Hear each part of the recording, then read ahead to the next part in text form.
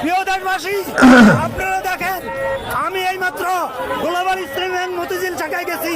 যাওয়ার পরে আমার 60 লক্ষ টাকা ওখানে আমানত আছে। আমার প্রফিট ঢুকে প্রত্যেক মাসে, আমার ইন্স্যুরেন্সের টাকা পাও না, আমার লাভের টাকা পাও না, আমার আমানতের টাকা পাও না, আমার কোনো টাকা দিচ্ছে না। আমি 5,000 টাকা এই রমজান মাসে ইফতারের জন্য চেয়েছি, এই 5,000 টাকার সেটটাও পাস করে নাই। ম্যানেজার আমাকে গালিগালাজ করতেছে, স্টপিজ বলতেছে, এবং তার সহকারীরা আমাকে ধাক্কাধাক্কি করতেছে, আমার 5,000 টাকা দিচ্ছে না।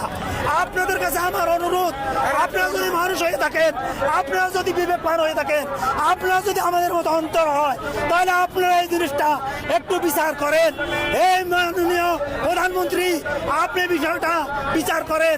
হে অর্থমন্ত্রী, আপনি বিষয়টা বিচার করেন। হে গভর্নর, আপনি বিষয়টা বিচার করেন। হে প্রশাসক, আপনি বিষয়টা বিচার করেন। আমি এই রমজানের মাস আমার 60 লাখ টাকা ব্যাংকে থাকার পরে আমি 5,000 টাকা পাচ্ছি না। আপনাদের কাছে আমি বিচার চাই, আপনাদের কাছে আমি বিচার চাই।